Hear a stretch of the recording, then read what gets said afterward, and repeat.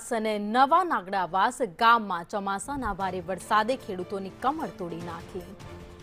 ભારે પડેલા મુશળધાર વરસાદને કારણે હજારો વીઘા જમીનમાં વરસાદી પાણી ફરી વળ્યા। કપાસ અને મગફળી સહિતનો ઉભો પાક દિવસો વીત્યા પછી પણ પાણીમાં ગરકાવ રહેતા સંપૂર્ણપણે નાશ પામવાની ભીતિ સેવાઈ રહી છે। સ્થિતિ એટલી વિકટ બની છે કે ખેતરોમાંથી પાણી ઓસરવાનું નામ નથી લઈ રહ્યા। ખેડૂતો ડીઝલ એન્જિન મૂકીને રાત દિવસ પાણી બહાર કાઢવા માટે મજબૂર બન્યા। મોંઘા બિયારણ અને ખાતરનો ખર્ચ માથે પડતા ખેડૂતો ભારે આર્થિક મુશ્કેલીમાં મુકાઈ ગયા।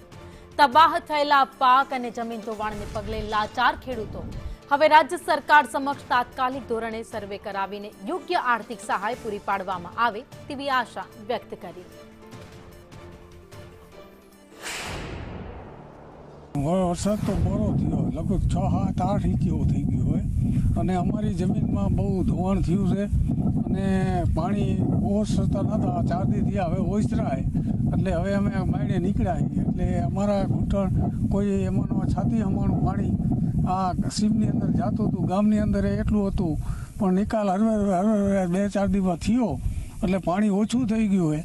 પણ સરકારશ્રીને કહી આ ખેડૂતને જે સહાય થાય એ કરો, બીજા બિયારણ ધંધાના ફેલ ગયા છે। કપાસનું વાવેતર કરેલું છે અને ઓછામાં ઓછું મારું ખેતર 15 વીઘાનું છે, બાજુના તો 30-40 વીઘાનું બધામાં પાણી ભરાઈ રહેલું છે।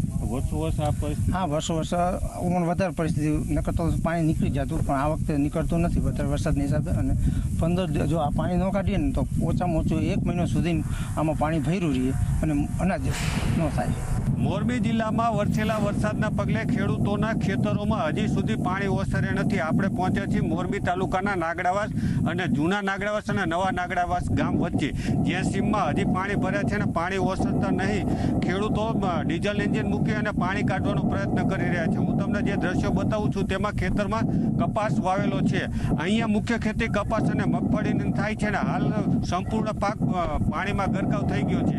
જોકે મોટા પાયે નુકસાન થવાની સંભાવના પણ વ્યક્ત કરાઈ રહી છે। જે પ્રકારે વરસાદ વરસ્યો તેને લઈ જેમ જેમ પાણી ઓસરશે તેમ નુકસાનીના આંકડા સામે આવશે। જગદીશ પરમાર, સંદેશ ન્યૂઝ, મોરબી।